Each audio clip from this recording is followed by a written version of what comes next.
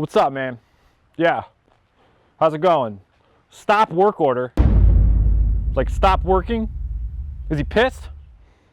All right, I'll be right there.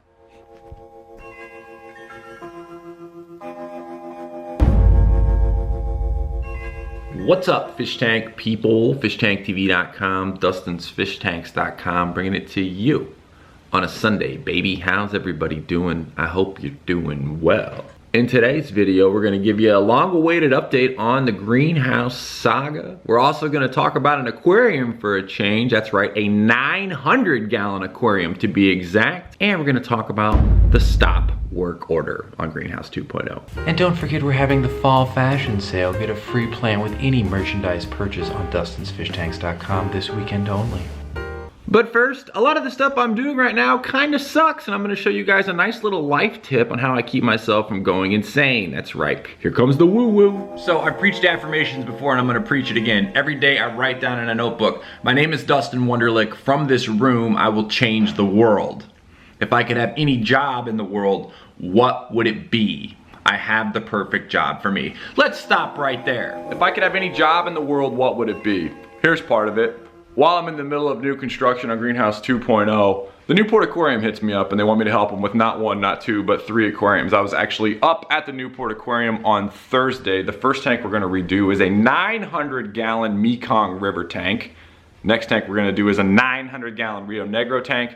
And then they've got an entirely new Africa exhibit. You guys can actually come and watch me aquascape my first ever 900-gallon aquarium live soon. Details to follow. So yeah, I got a little omen from a higher power that I might be heading in the right direction. Back to the affirmations.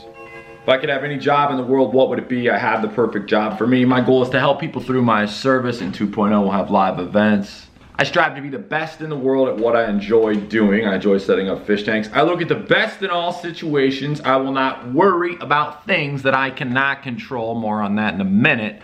I work hard at these things, and I understand that you can't get what you or D wants in life without paying the price, and I'm paying the price, and enduring the suffering, the part that sucks that most people don't want to do, to get it. I'm going to postpone short-term gratification, that's right, feeling good right now, for my long-term life goals. Oh, by the way, a year ago at this time, I was working on Fail.0 diligently, thinking I'd be open by the end of the year. Quick recap for you. In January, Dustin officially loses Greenhouse Fail.0. 11 people show up at my meeting and kill the deal that I've been working on since May of the year prior to that. Not a big deal. We regroup and we find land in Jessamine County, not Fayette Nam, where we're going to go buy and build what we want. People in life don't get what they want because they don't know what they want. I know what I want and I know where I want it, and it ain't in Fail.0. I go to speak to the city of Nicholasville about my plans to buy this property and what I'm gonna do on this property before I buy the property because I don't wanna waste any time. Serendipitously, while I'm meeting with the city of Nicholasville, I get a phone call from the police because apparently the lady who helped kill Greenhouse Fail.0 didn't like me putting her house on video.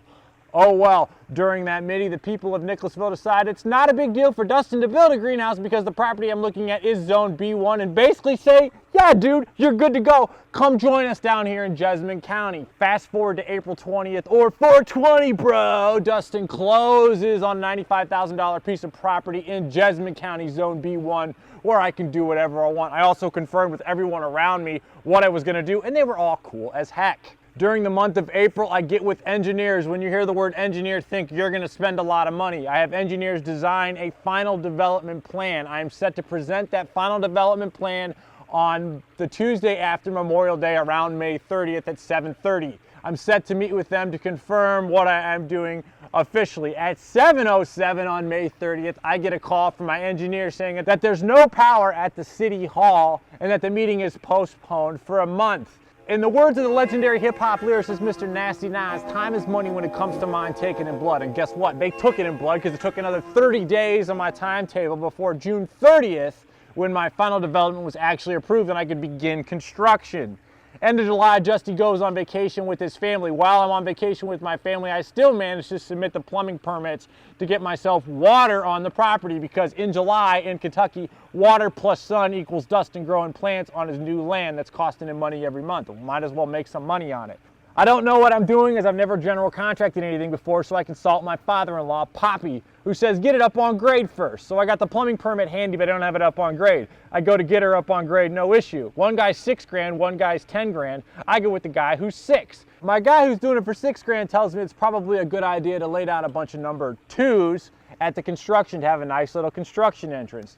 Why not? I'm under budget. One guy was 10, one guy's 6. Let's do it. We lay down a bunch of number 2s as a construction entrance. We also get this sucker up on grade. I can either go find dirt for 75 bucks a load, or I can raise it up with 57s or very small rocks, which gets me up onto grade. Note, I don't know what I don't know because I've never done this before, but we actually had to use a skidder and dig back through the $3,700 worth of 57 rocks to dig these yard hydrants 36 inches deep into the ground. Hindsight's 2020, it cost me an extra 600 bucks. I'm still under budget from the guy that was 10 grand. No, while everything is going smoothly and my plumber is out there plumbing me to death, I get a phone call from him. He says, yo, the building inspector just called. He wants to see you in his office. I go, is he pissed? He goes, nah, he wasn't too pissed, but he needs to meet with you. Okay, so the building inspector wants to meet with me, but I want to point out a couple of other critical things that are happening to me while this is going on. I had to pay the company that's building my building about $5,000 just to get started, and then they're actually going and ordering the materials, and those materials are set to be delivered onto site. In order to lay them down on the site, I have to lay them down. I have to spend more money on more 2s. I drop another $1,000 to get the 2s laid down so they can deliver this building. Okay, the building's about to be delivered. When the building is delivered, I owe the company that I'm getting the building built by $16,000. The problem is the building inspector wants to meet with me about said building. If anyone has ever built anything or worked with general contractors on a timetable, this sentence might sound familiar to you. Oh yeah, we'll have this thing built by the end of September. Don't worry about it. Yeah, it's November and I still don't have a building up yet. Let me explain a few things. There's a few things in life that I'm above average at. Buildings and building codes and meeting with building inspectors is not one of them, okay? I figure, heck, I'm paying these dudes about 30 G's to build me a building. The building inspector wants to meet. I'm not building it. They're building it. It's their money and I've paid them. Hey, you guys go meet with the building inspector and figure this out.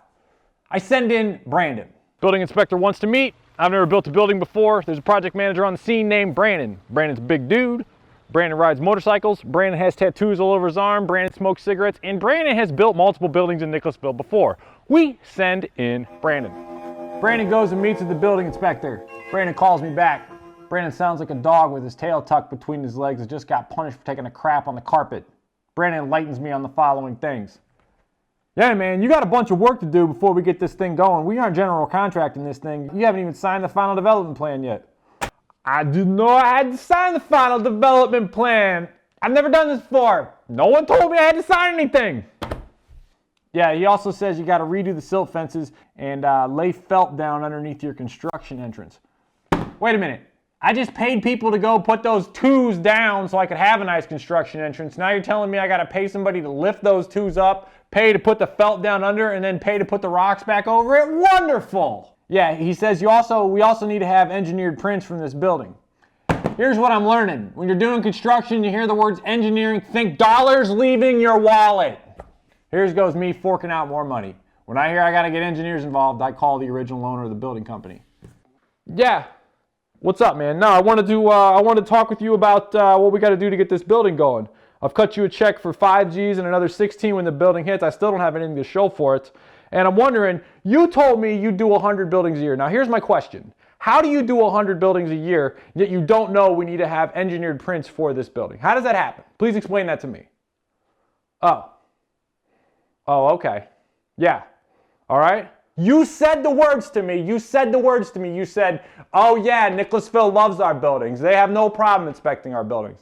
Now I need to go spend more money to get engineered prints. How did this slip through the cracks? I'm usually a nice, happy person. I say a lot of positive affirmations, and I try to keep a smile on my face. But sometimes during new construction, you have to get a little bit angry. Dee was a little bit angry. Now, to be fair to the guy building this building, yours truly did not mention that it was actually on a commercial property when he originally quoted this job. Perhaps if I had brought that up earlier in the stages, he would have known, oh, it's commercial, you're going to make sure we have to have all the engineered prints and whatnot for this building. However, that doesn't change the fact that engineered prints still need to be had, and that's going to slow down my timetable even more. I still have to meet with the building inspector. Now, I've never met with the building inspector before. I've got a vision of kind of what he looks like, a guy kind of around Poppy's age, mid to late 60s, only meaner, and eats rookie contractors like me for lunch. So I'm trying to avoid this meeting because I'm going into a gunfight with a knife. I moved to email. I'm like, all right, I just want to make sure I have our ducks in a row so we can get this building permit here. I need to sign the final development docs. I need to make sure I get felt underneath the drive entrance of the construction site. I need to repair the silt fences, and I need to make sure that we have engineered prints for the building. Is there anything else I need to move forward with this building permit? Again, I'm trying to avoid a meeting.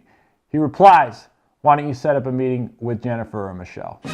Hit the subscribe button, like button, share button, and drop me a comment on what you think about how this greenhouse saga is going. Stay tuned for the next update where I tell you how my meeting went with the building inspector. Tank on.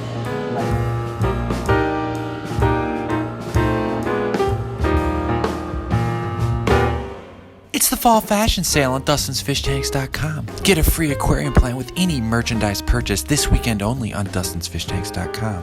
Classic designs like the white logo tee, or show your gray pride with the gray logo tee. The always tasteful neon AF, and Jungle Val likes it from behind. And don't forget, Shorty, you're my angel. Get a free plant with any merchandise purchase this weekend only.